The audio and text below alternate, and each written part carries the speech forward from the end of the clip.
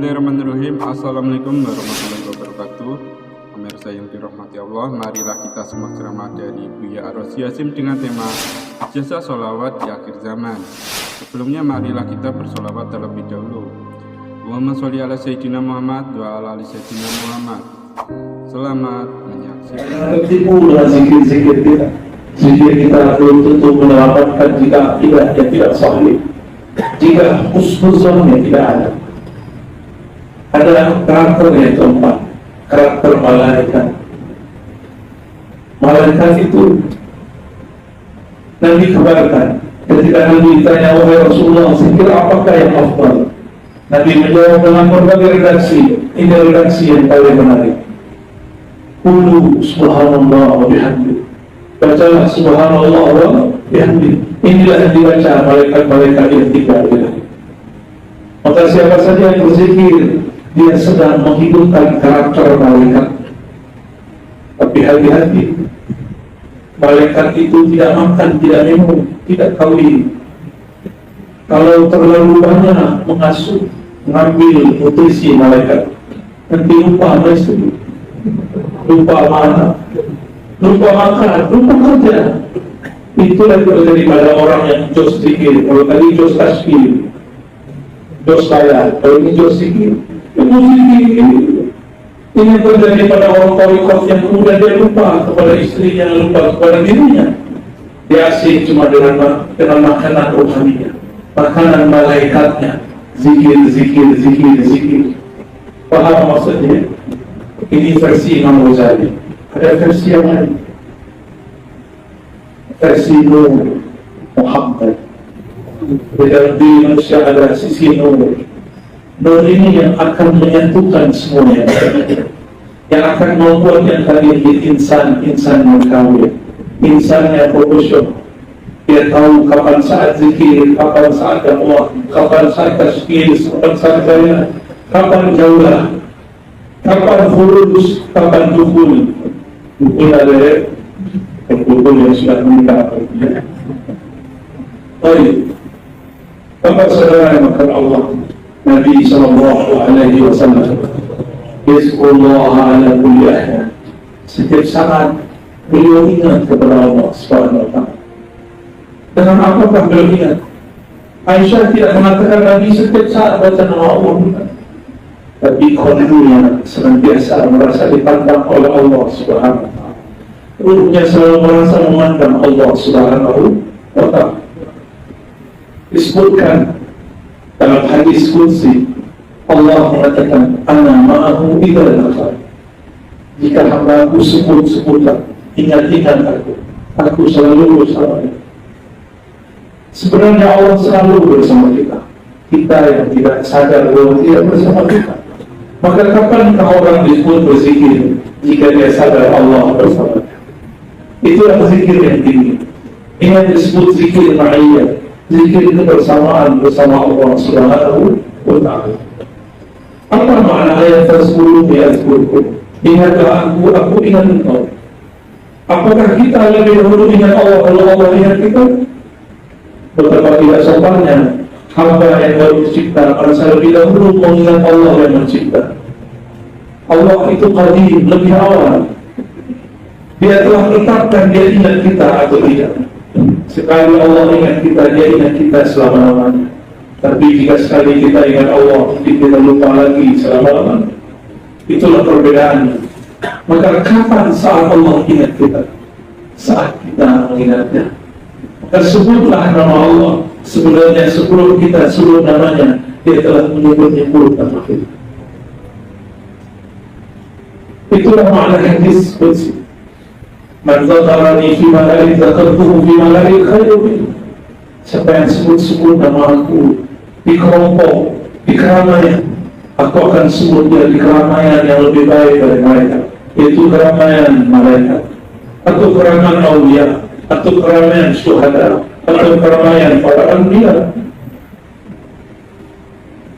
Dalam hadis disebutkan itu para malaikat.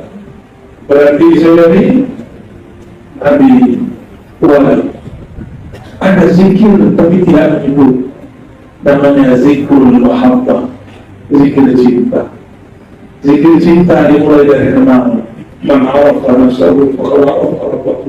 Bukan hadis tapi perkataan Yahya bin Mu'adz al-Razi. Siapa yang kenal dirinya, kenal Allah. Berkata Imam Ibnu Qudamah, man arafa qalbahu arafa rabbahu. Siapa yang kenal qalbunya, dia akan kenal yang membolak-balik qalbunya.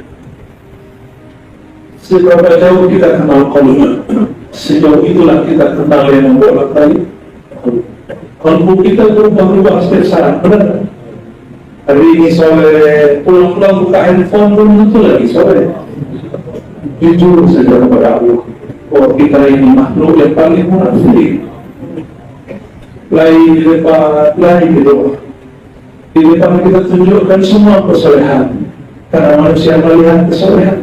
Tapi ketika kita berdoa hanya dengan Allah, kita tidak malu kepada Allah SWT. Ini yang dikatakan Al-Hasan Al-Basri. Apa kata suruh? Orang munafik itu merasa tidak munafik, tapi orang mukmin merasa dirinya setiap hari munafik.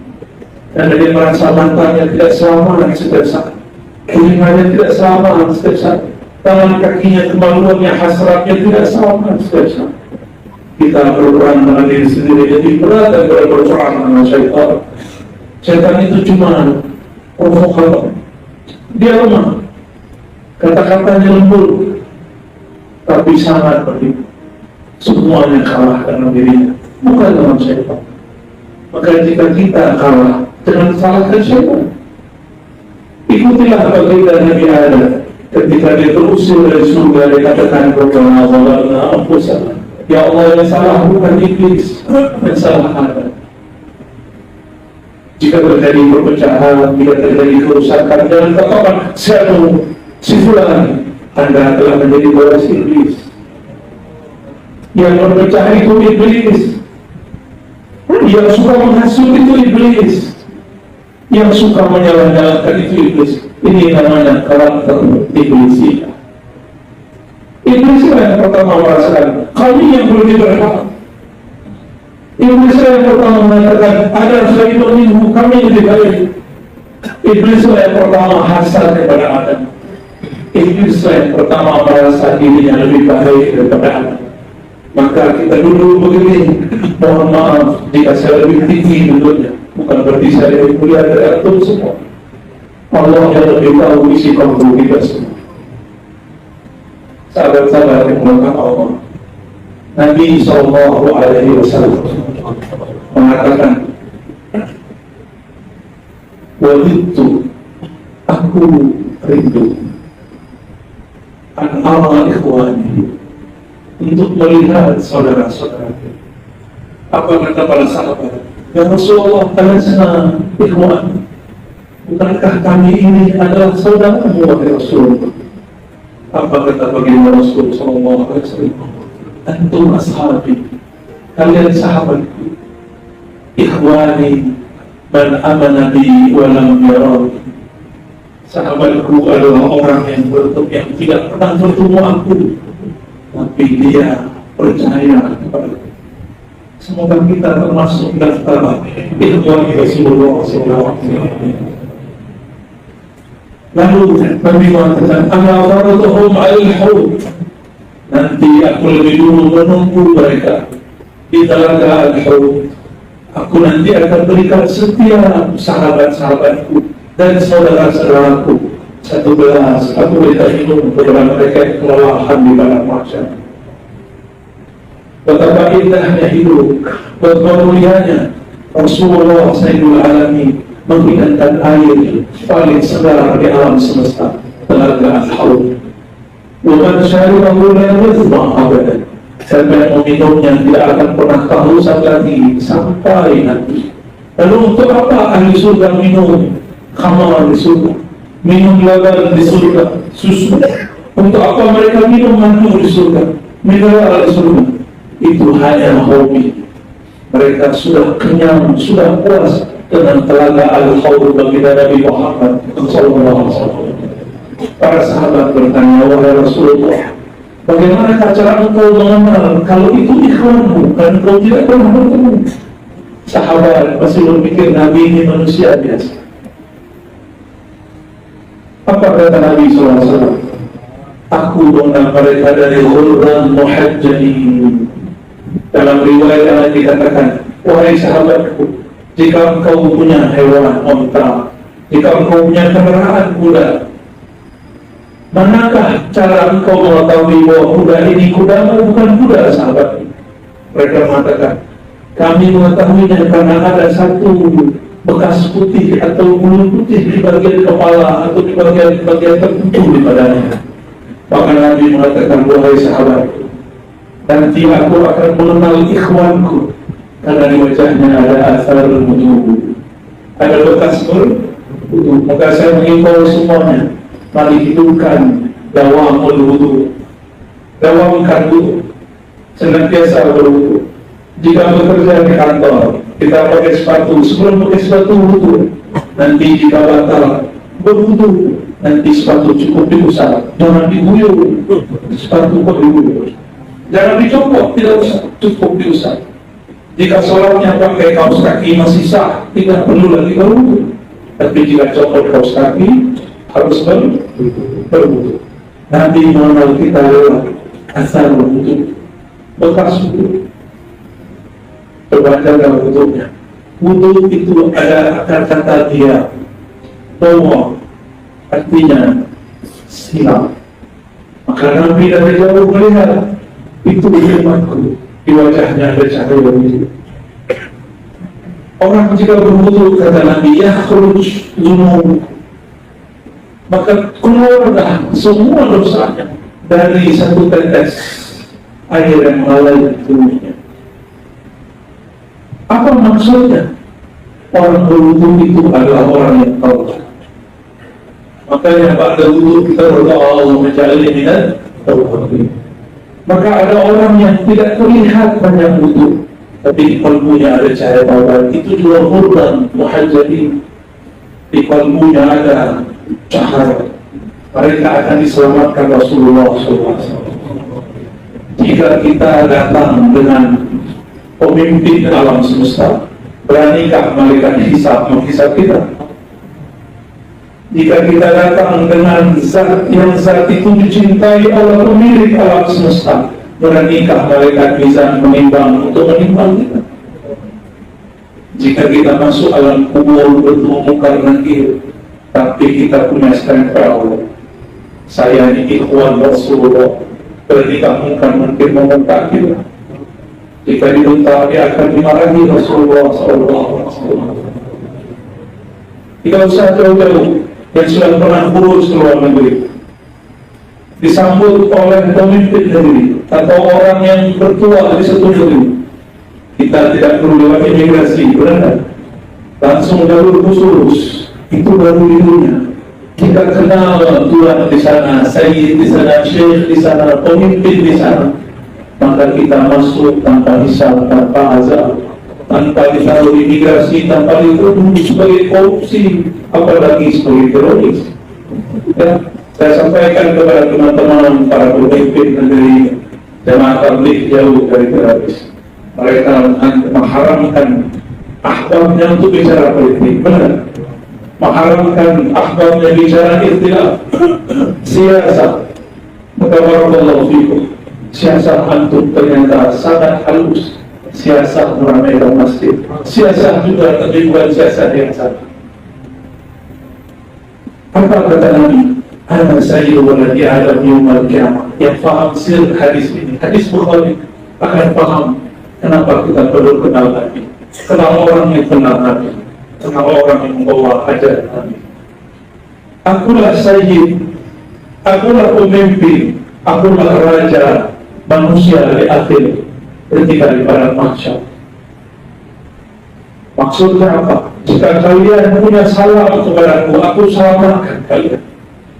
Jika kalian sudah berkirim rindu kepadaku, aku akan jemput kalian. Jika kalian ikuti sunnahku zahir dan batin, aku akan jamin kalian. Itu makna hadis. Nanti Rasulullah sendiri yang menyebut kita. Amin. Wassalatu wassalamu alaika ya sayyidina ya Rasulullah menjadikan kami yang hadir ini oleh kita orang yang kau jemput langsung tanpa hisab, tanpa azab, tanpa kami disiksa ya Allah, tanpa kami diperiksa ya Allah. Jadikan kami bersama bayang-bayang kami ya Allah. Jika kami tidak dapat memegang tangannya ya Allah, jadikan kami memegang tangan orang memegang tangannya ya Allah. Ya Allah, jika kami tidak dapat memandangnya di dunia, jadikan kami mendapat karamah, dapat kemuliaan memandangnya di pada mahsyar sana. Ya Allah, isfa'alana bisyafa'ati Rasul. Jadikan kami yang mendapatkan syafaat Sayyid Yaumul Qiyamah, menghulu kami di hari kiamat. Al-Fatihah.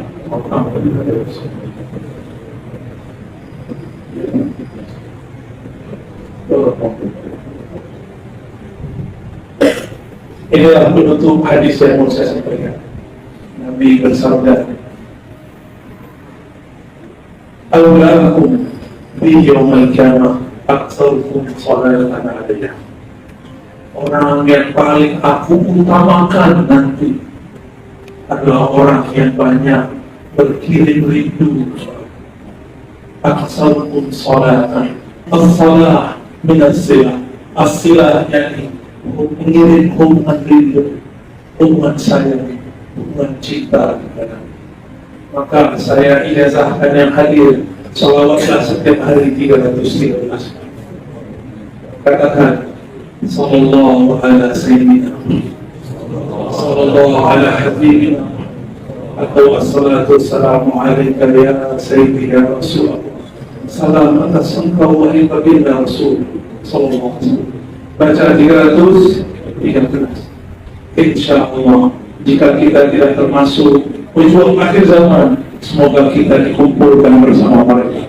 Inilah jumlah para nabi, itulah jumlah ahlul badr, itu juga jumlah nanti yang membersamai al-imam al-mahdi. Jika kita bukan bagian mereka, semoga kita terhubung dengan 313. Amin ya rabbal alamin.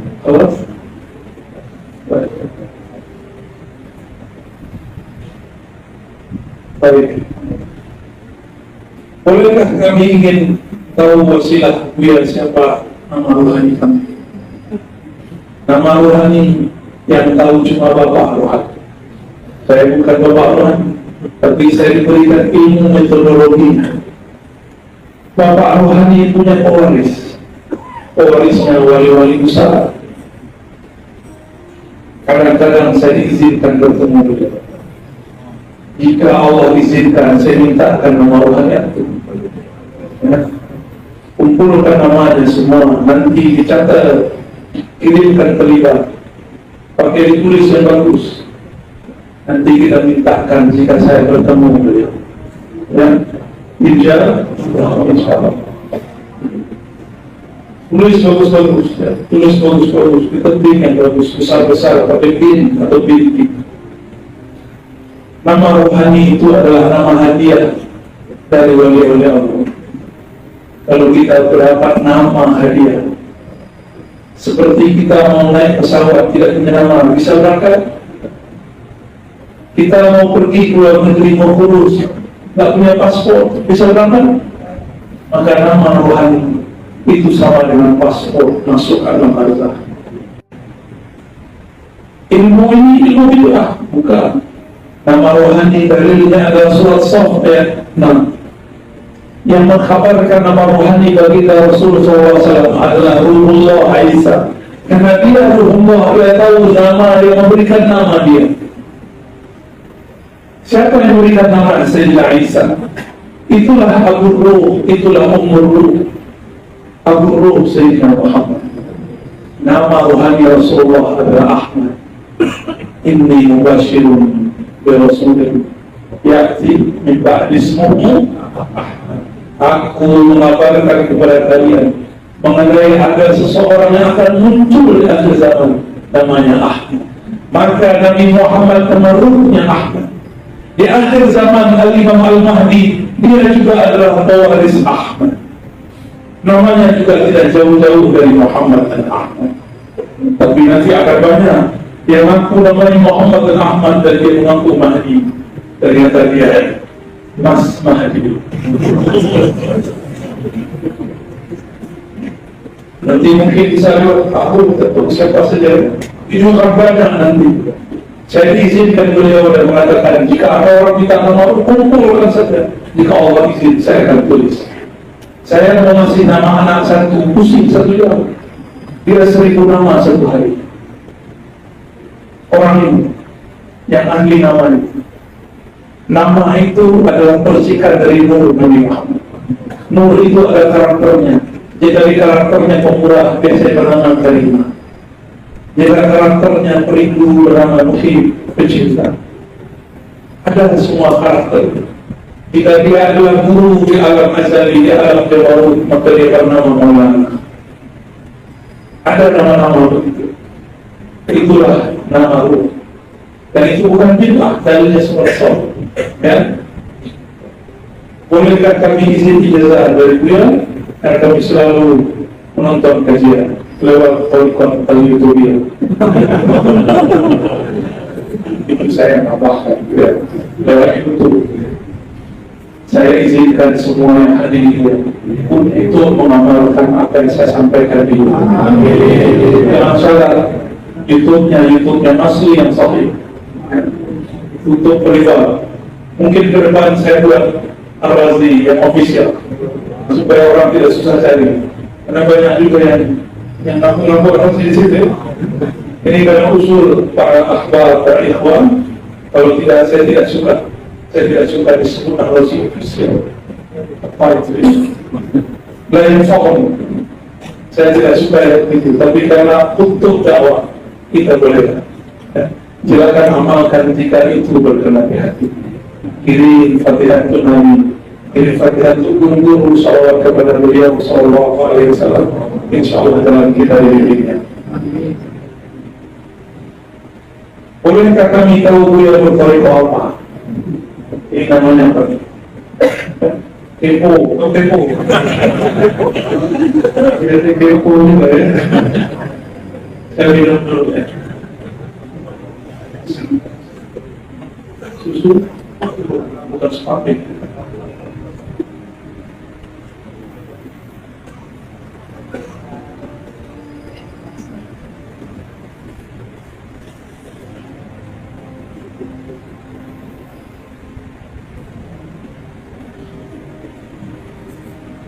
Saya di masa kecil belajar Thariqah Samaniyah Al-Qadiriyah Al-Khalawiyah, 3 thariqah sekaligus dari seorang syekh namanya Abuya Al-Hasan Al-Basri. Tapi beliau juga mursyid thariqah Naqsyabandiyah Qadiriyah. Tapi beliau wafat. Saya lanjut mengaji kepada guru saya, belajar di thariqah yang hampir sama. Lalu saya berikut suluk Riyadhah 40 hari, suluk Thariqah Naqsyabandiyah Qadiriyah. Thariqah Khalidiyah Naqsyabandiyah itu mencakup 5 thariqah: Kubrawiyah, Khistiyah, Qadiriyah, Mujaddidiyah. Itulah yang disebut Naqsyabandiyah Khalidiyah. Lalu saya ikut thariqah yang lain, thariqah anti thariqah. Ada juga dulu, tapi saya sudah nggak usah sebut namanya. Thariqah yang menikahkan thariqah saya tahu. Saya juga ikut dulu, padahal sudah 40 hari. Masih bisa nyampe-nyampe 10. Tapi yang 40 hari itu saya tidak bisa lupakan. Kami kurangi makan, kurangi minum. Kami cuma berkhawat 3 orang, satu di sudut, satu di tengah, satu di sudut. Cuma 3 orang. Kami kurangi tidur, kurangi makan, perbanyak zikrullah, perbanyak. Saya hafal surat sajadah di sana. Ya, jadi waktu Maulana Imam tadi baca, ya memang saya langsung terkenang waktu saya dulu umur 13 tahun menghafalkan sajadah setiap ada asal. Menghafal, tak perlu menghafal, cuma baca. Karena dibaca 40 hari, setelah 40 hari saya hafal sendiri. Nih, Bapak Ibu yang otaknya sudah mulai melempem, tidak usah menghafal, baca aja sering-sering, lama-lama untuk hafal.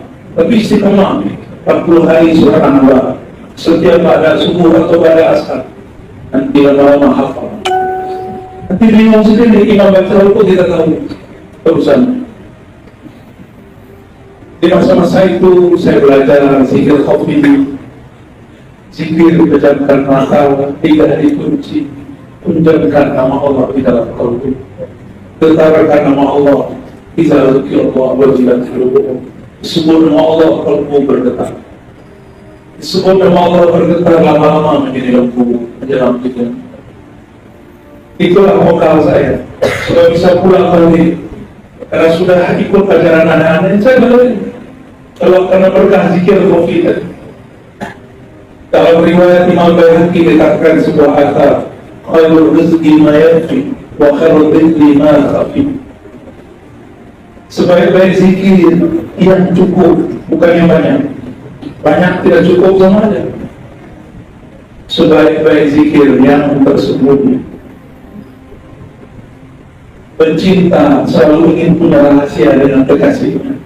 Zikir khafi adalah mahar rahasia antara hamba sang maha kekasih Allah Subhanahu wa ta'ala. Itulah pegangan Kiai Muzairun, itulah pegangan Maulana Ilyas, Maulana Zakaria. Perlu belajar zikir khafi di qalbunya. Cuma mungkin karena belum sibuk ta'lim, tidak sempat mengajarkan zikir khafi.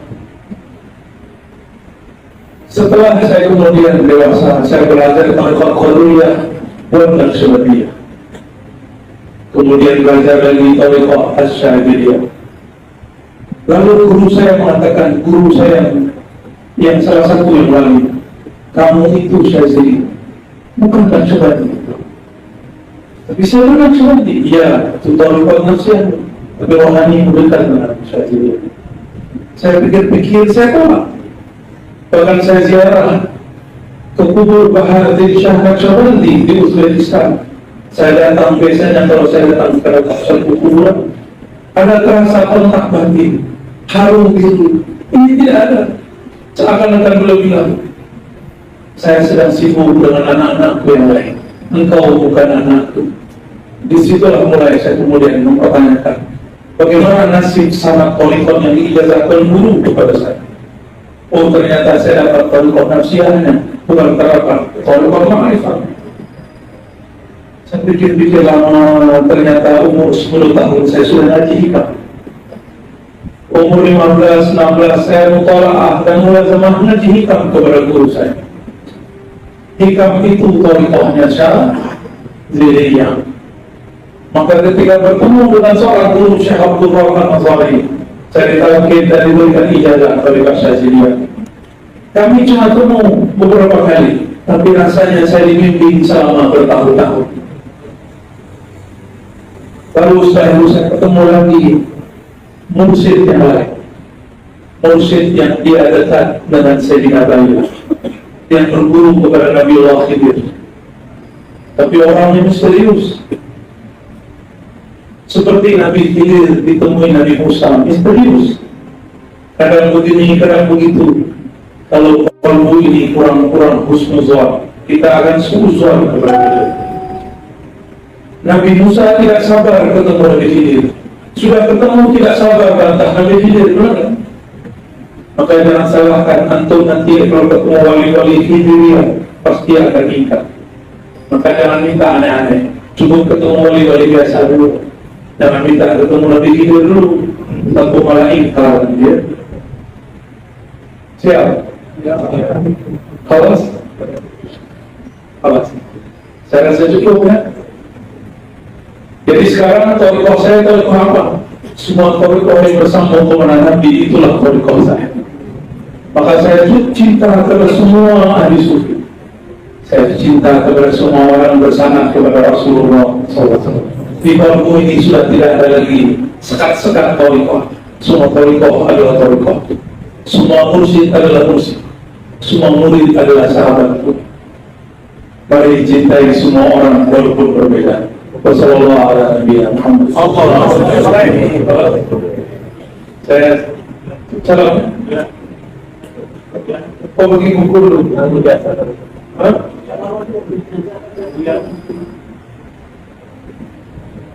Pak, nanti ditulis Maulana. Sallallahu ala habibina Muhammad. Itu yang bisa. Ada terjawab? Udah ada terjawab. Afwan. Sallallahu ala habibina Muhammad.